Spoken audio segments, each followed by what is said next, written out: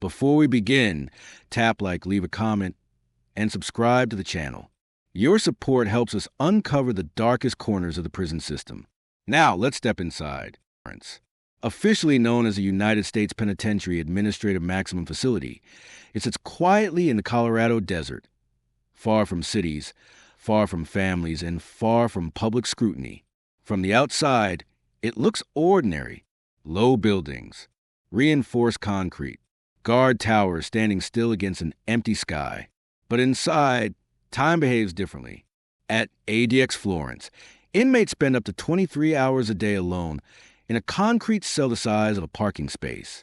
Meals are passed through a narrow slot. Exercise happens in isolation. Even voices are absorbed by soundproof walls. Some inmates have not touched another human being in years. Not a handshake, not a hug, not even accidental contact. This prison was not built for rehabilitation. It was not designed for overcrowding. And it was never meant to hold ordinary inmates. ADX Florence was created as a last resort, a place for people the U.S. government decided could no longer exist inside the normal prison system. Terrorists, prison power brokers, inmates accused of organizing violence from behind bars, men considered too dangerous, too influential, or too defined to be housed anywhere else. But here's the part rarely discussed. Not everyone sent to ADX Florence committed violence inside prison. Some were sent for refusing orders, some for challenging authority, some for being labeled unmanageable.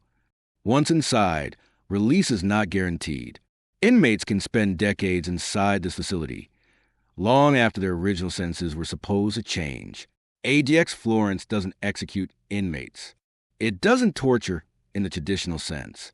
Instead, it applies something far quieter: permanent isolation, total control, and the slow erosion of a human mind. So why did the United States build a prison like this? What failures led to its creation? And most importantly, who does the U.S. government decide belongs here? This is not speculation. This is not rumor. This is the documented history of America's most extreme prison. This is ADX Florence. There is a prison in the United States where silence is not a side effect. It is the rule. No shouting, no crowds, no human contact. This is ADX Florence. Officially known as the United States Penitentiary Administrative Maximum Facility, it sits quietly in the Colorado desert, far from cities, far from families, and far from public scrutiny. From the outside, it looks ordinary. Low buildings, reinforced concrete, guard towers standing still against an empty sky. But inside, time behaves differently. At ADX Florence, inmates spend up to 23 hours a day alone in a concrete cell the size of a parking space. Meals are passed through a narrow slot. Exercise happens in isolation. Even voices are absorbed by soundproof walls. Some inmates have not touched another human being in years. Not a handshake, not a hug, not even accidental contact. This prison was not built for rehabilitation. It was not designed for overcrowding. And it was never meant to hold ordinary inmates. ADX Florence was created as a last resort, a place for people the U.S. government decided could no longer exist inside the normal prison system. Terrorists, prison power brokers, inmates accused of organizing violence from behind bars, men considered too dangerous, too influential, or too defined to be housed anywhere else. But here's the part rarely discussed. Not everyone sent to ADX Florence committed violence inside prison. Some were sent for refusing orders, some for challenging authority, some for being labeled unmanageable. Once inside, release is not guaranteed. Inmates can spend decades inside this facility, long after their original sentences were supposed to change. ADX Florence doesn't execute inmates. It doesn't torture in the traditional sense. Instead, it applies something far quieter: permanent isolation, total control, and the slow erosion of a human mind. So why did the United States build a prison like this? What failures led to its creation? And most importantly, who does the U.S. government decide belongs here? This is not speculation. This is not rumor. This is a documented history of America's most extreme prison. This is ADX Florence.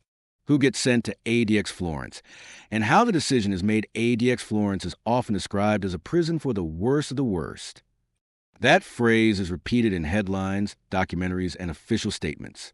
But inside the federal system, the reality is far more complex and far less transparent. Inmates are not sent to ADX Florence by a judge. There is no jury verdict that says Supermax, no sentence that automatically leads there, no courtroom moment where ADX Florence is mentioned. Instead, the decision happens quietly inside the Bureau of Prisons. Transfers to ADX Florence are administrative, not judicial. That means federal prison officials, not courts, decide who belongs there. The process is internal, highly discretionary, and largely shielded from public scrutiny. This is the first misunderstanding the public has about ADX Florence. It is not a place defined by crime alone. It is defined by perceived risk.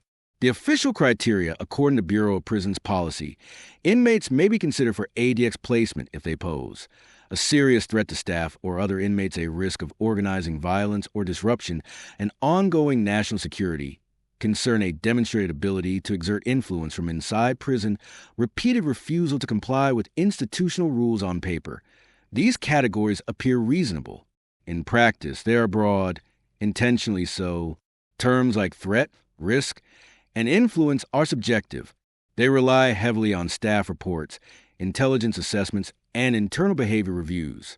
There is no requirement that an inmate commit a new crime to be sent to ADX Florence.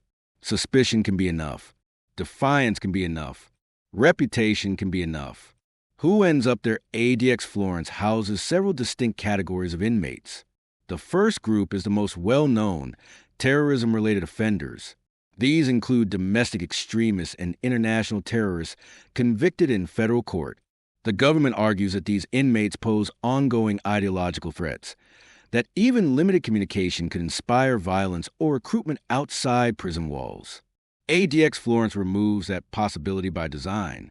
The second group includes high-level prison gang leaders. Some inmates arrive at ADX not because of violence committed in free society, but because of power accumulated inside prison. Federal investigators track communications, alliances, and coded messaging.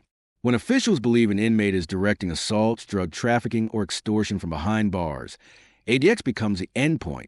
In these cases, ADX is used to sever influence, not punish past actions, but prevent future ones. The third group is far less discussed. Inmates labeled unmanageable. These are prisoners who repeatedly clash with staff, challenge authority, or refuse to follow institutional rules. They may file grievances aggressively. They may encourage other inmates to resist. They may be described as disruptive rather than violent. Over time, these inmates accumulate incident reports. The label slowly forms. Unmanageable, non-compliant, high risk. Once that label sticks, options narrow. For some inmates, ADX Florence is not the result of a single act, but of a reputation built over years. The transfer process, when prison officials believe an inmate meets ADX criteria, a recommendation is sent up the Bureau of Prisons chain of command. The inmate is notified that a transfer is being considered. On paper, the inmate has the right to a hearing. In reality, these hearings are administrative reviews, not adversarial proceedings. Inmates do not have attorneys present. Evidence used to justify the transfer is often classified or withheld for security reasons. Intelligence reports may be summarized rather than disclosed. This creates a one-sided process. Inmates can respond, but they cannot meaningfully challenge information they are not allowed to see. Once approved, the transfer happens quickly. Inmates are moved under heavy security, often without advance notice to family. Personal property is limited. Communication is restricted. And when the gates close behind them, the conditions change immediately. ADX Florence is not a progression. It is a reset. The problem with most dangerous public narrative suggests that everyone inside ADX Florence is actively violent, uncontrollable, and beyond redemption. But legal filings, investigative reports, and inmate accounts reveal a more complicated picture. Some inmates arrive after violent acts inside prison. Others arrive after years of nonviolent resistance. Some arrive because officials fear what they might do, not what they have done. This distinction is critical. ADX Florence operates on preventative logic. The goal is not to respond to harm, but to eliminate the possibility of harm entirely. That means inmates can remain there long after the immediate threat has passed, or even if it never materialized. Once placed, release from ADX is not automatic. Inmates must progress through a step-down program that can take years, sometimes decades. Advancement depends on behavior, psychological evaluations, and administrative discretion. There is no guaranteed timeline. Good behavior does not ensure release. Compliance does not guarantee progress. Some inmates have spent more than 20 years inside ADX Florence without committing a violent act while there. The human consequence of this system creates a prison within a prison. ADX Florence does not just isolate inmates from society. It isolates them from the legal safeguards that usually accompany punishment. There is no jury oversight, limited external review, and minimal transparency. For supporters, this is necessary to protect lives. For critics, it represents unchecked power. The same system that can isolate a terrorist can also isolate a defiant inmate. The same criteria that justify control can also justify permanence.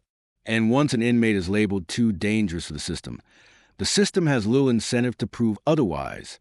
What life inside ADX Florence really looks like life inside ADX Florence is defined by repetition, isolation, and silence, not as a metaphor, but as a physical, enforced condition of existence.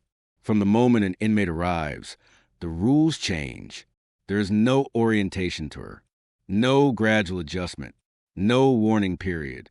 The door closes, locks engage remotely, and isolation begins immediately. Each cell at ADX Florence is built from poured concrete, walls, floor, ceiling, and even the bed frame. The space measures roughly 7 by 12 feet. Inside, there's a concrete slab bed, a thin mattress, a stainless steel sink, a toilet, and a small desk molded into the wall. There are no bars. Instead, there is a solid steel door with a narrow slot. That slot controls everything. Meals arrive through it. Handcuffs are applied through it. Medication is delivered through it. Human contact is reduced to brief, procedural moments, always controlled, always supervised, and always distant.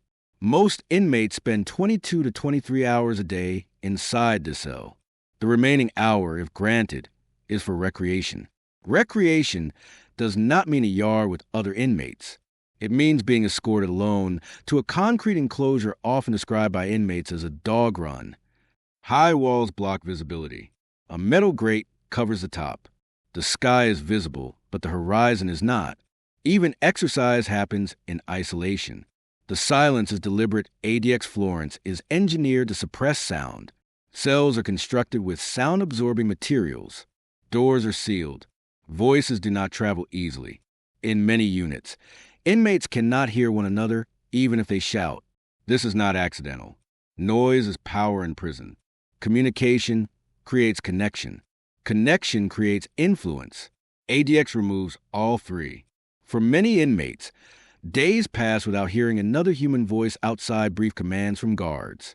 Some report that the only consistent sound is the hum of ventilation systems and the echo of their own movements. Over time, silence becomes oppressive. Former inmates have described talking to themselves simply to confirm they could still hear a human voice. Others tapped on walls, not expecting a response, just proof they still existed. Controlled routine, controlled mind every moment at ADX Florence follows a strict schedule. Lights on, meals delivered, counts conducted. Lights off, the predictability is intentional. Uncertainty creates tension. Tension leads to resistance. By eliminating unpredictability, the institution reduces the chance of disruption, but it also removes stimulation. Television access, if permitted, is limited. Reading materials are restricted. Social interaction is nearly non-existent. Even mail is monitored and delayed. Inmates are rarely touched by another human being. Handcuffs are applied through slots. Escorts are performed with multiple officers maintaining distance. Medical and psychological visits often occur through glass or doors. Touch becomes a memory. The psychological cost of this level of isolation has consequences. Mental health professionals and legal filings have documented a consistent pattern among inmates held in long-term solitary confinement.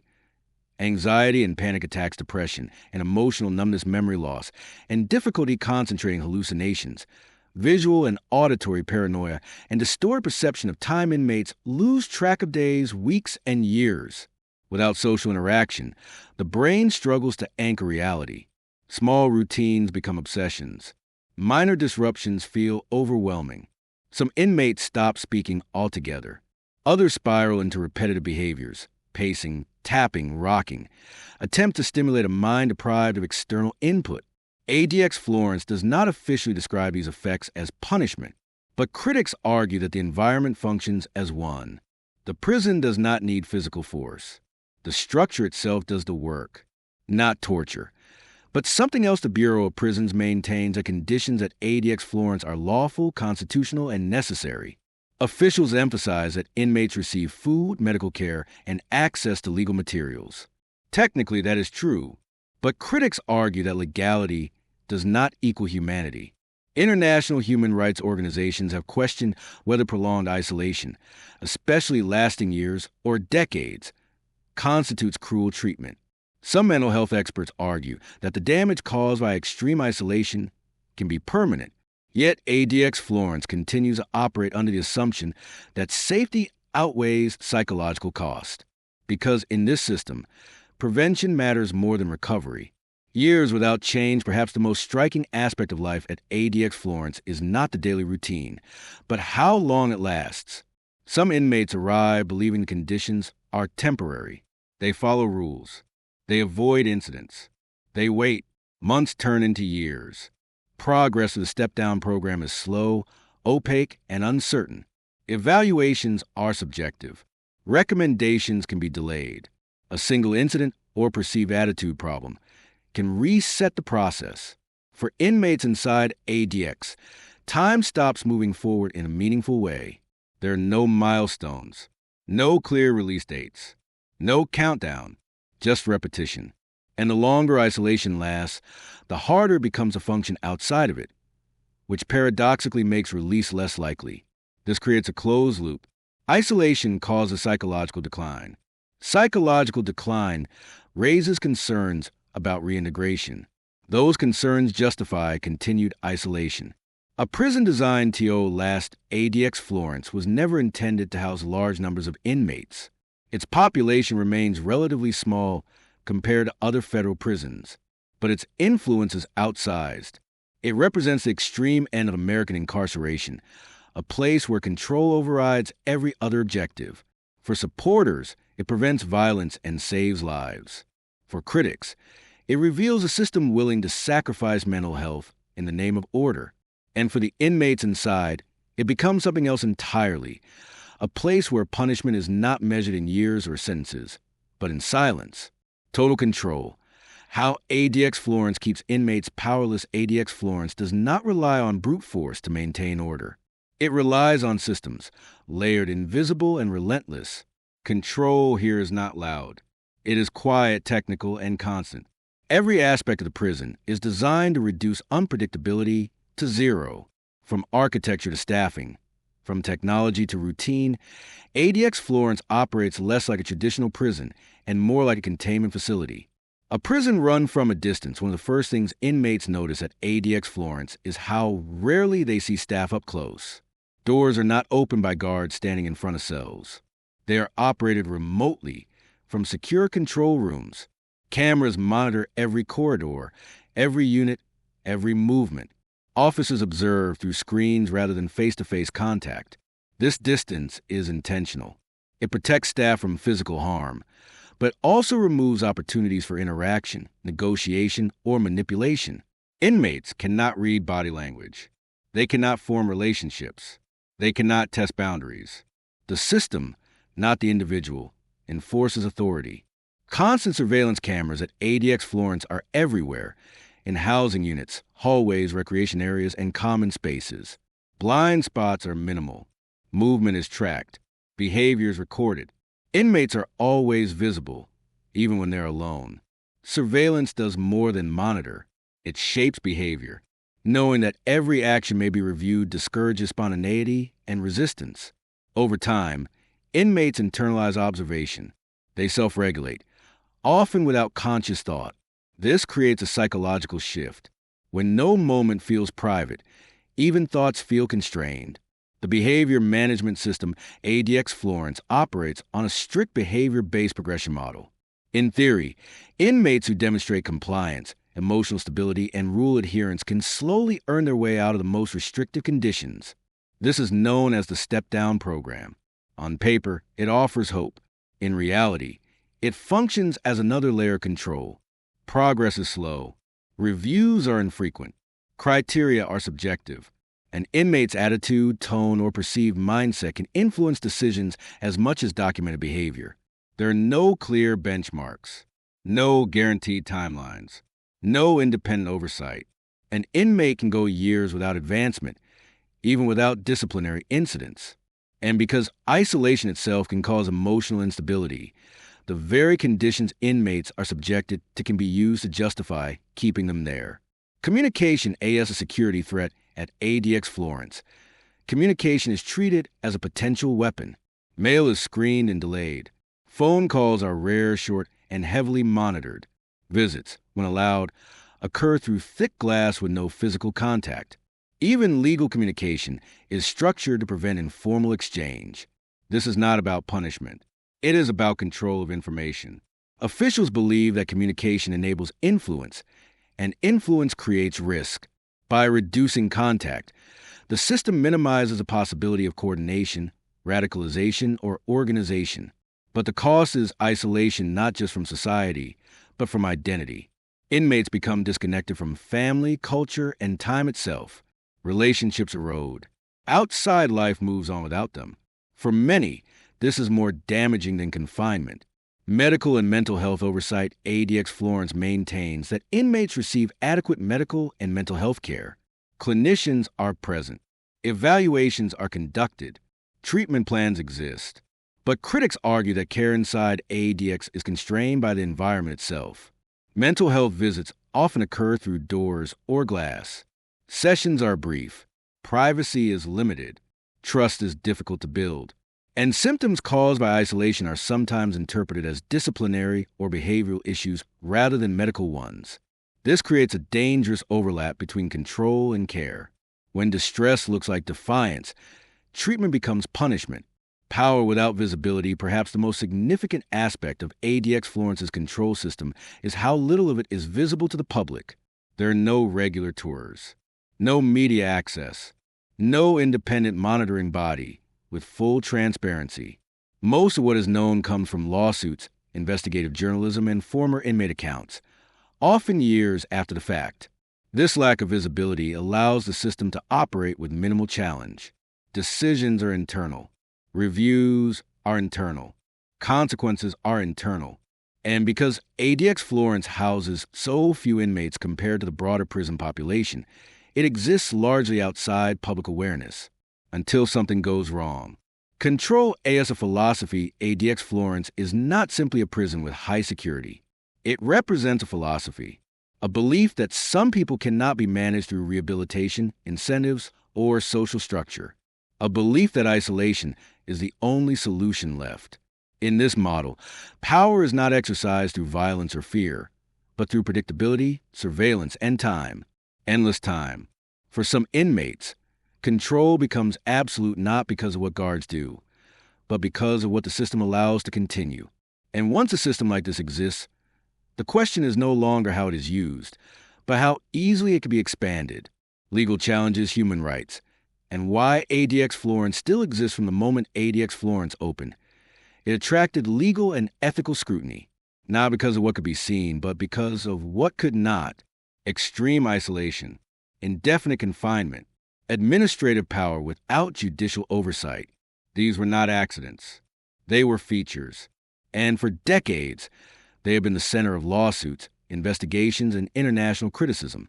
The lawsuits begin some of the earliest legal challenges against ADX Florence focus on conditions of confinement rather than individual misconduct.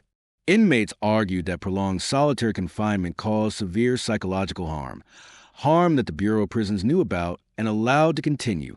Lawsuits described hallucinations, paranoia, suicidal ideation, and cognitive decline. Federal courts acknowledged that isolation could be damaging, but acknowledgement did not lead to closure.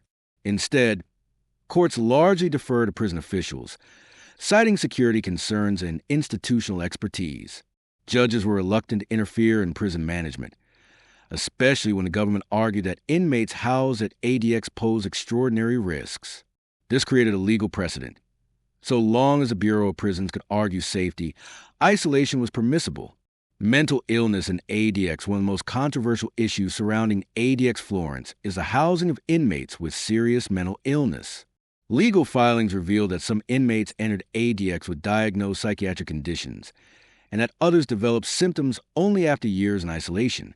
Critics argued that placing mentally ill inmates in extreme solitary confinement worsened their conditions and made recovery nearly impossible. In response to mounting pressure, the Bureau of Prisons agreed to reforms. Special housing units were created for inmates with mental health needs. Policies were updated. Oversight mechanisms were strengthened, at least on paper. But ADX Florence did not close. It adapted. International criticism outside the United States. ADX Florence became a symbol of American excess. United Nations experts criticized prolonged solitary confinement, suggesting that isolation lasting more than a few weeks could constitute cruel or inhuman treatment. Human rights organizations questioned whether indefinite isolation violated international norms. The U.S. government rejected these claims. Officials argued that ADX inmates received due process, medical care, and regular reviews.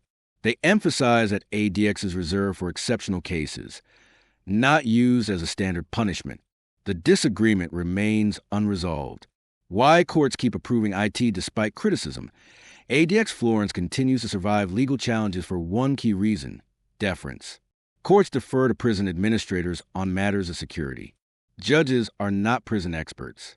They rely on officials to assess risk, manage inmates, and maintain safety. This creates a legal shield. As long as the Bureau of Prisons can articulate a security rationale, even a broad one, courts are unlikely to intervene. The result is a system where administrative decisions carry immense power, with limited external oversight. Public support and fear public opinion also plays a role. ADX Florence houses individuals convicted of some of the most serious crimes in U.S. history: terrorists, mass killers, extremist leaders. For many Americans, the existence of a prison like ADX feels reassuring. It signals control. It promises containment. It creates distance between danger and society. That fear and the desire for safety makes reform politically difficult. Few elected officials want to be seen as advocating for the rights of inmates labeled the most dangerous. A necessary evil? Supporters of ADX Florence argue that the prison saves lives, that without it, staff and inmates would face unacceptable risks. They view isolation not as punishment, but as protection. Critics argue the opposite. They say ADX Florence represents a failure of imagination, a system that chooses isolation over rehabilitation, control over accountability, and silence over transparency. Both sides claim necessity, and as long as the debate remains unresolved, ADX Florence continues to operate in the background of the American justice system. Quiet, remote, extreme. The question that remains: ADX Florence exists because the U.S. government believes some people cannot be managed any other way. But that belief raises a final, uncomfortable question. If isolation is the ultimate solution, what does that say about the system that requires it? What ADX Florence says about America: ADX Florence was not built by accident. It was built out of fear of failure and control. Fear of inmates who could not be managed. Failure of a prison system that ran out of options. And a belief that isolation could succeed where everything else had failed.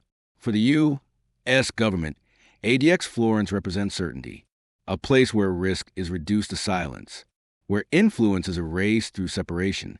Where control is absolute, but certainty comes at a cost. ADX Florence does not ask whether a person can change. It asks whether a person can be contained. Inside its concrete walls, punishment is not measured in pain or time served, but in absence. Absence of touch, absence of sound, absence of human connection. Inmates are kept alive, but removed from society in the most complete way possible. Supporters argue that this is necessary, that some individuals pose threats too great to manage otherwise, that ADX Florence saves lives by preventing future violence. Critics argue that it reveals something darker, a system willing to sacrifice mental health for order, a system that replaces justice with permanent control. Both arguments can exist at the same time, and that is what makes ADX Florence so powerful and so troubling. Because once a society accepts a place like this, the question is no longer whether it should exist, but how easily its logic can spread.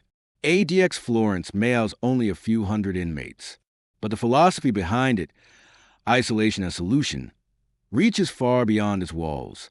As debates over incarceration, security, and human rights continue, ADX Florence stands as a warning and a mirror, a reminder of what happens when a system decides that some people are beyond reach and beyond return. The prison remains open, the silence remains intact, and the question remains unanswered. What does it mean to keep someone alive while removing them completely from the human world? Thanks for watching. Like, share, and subscribe.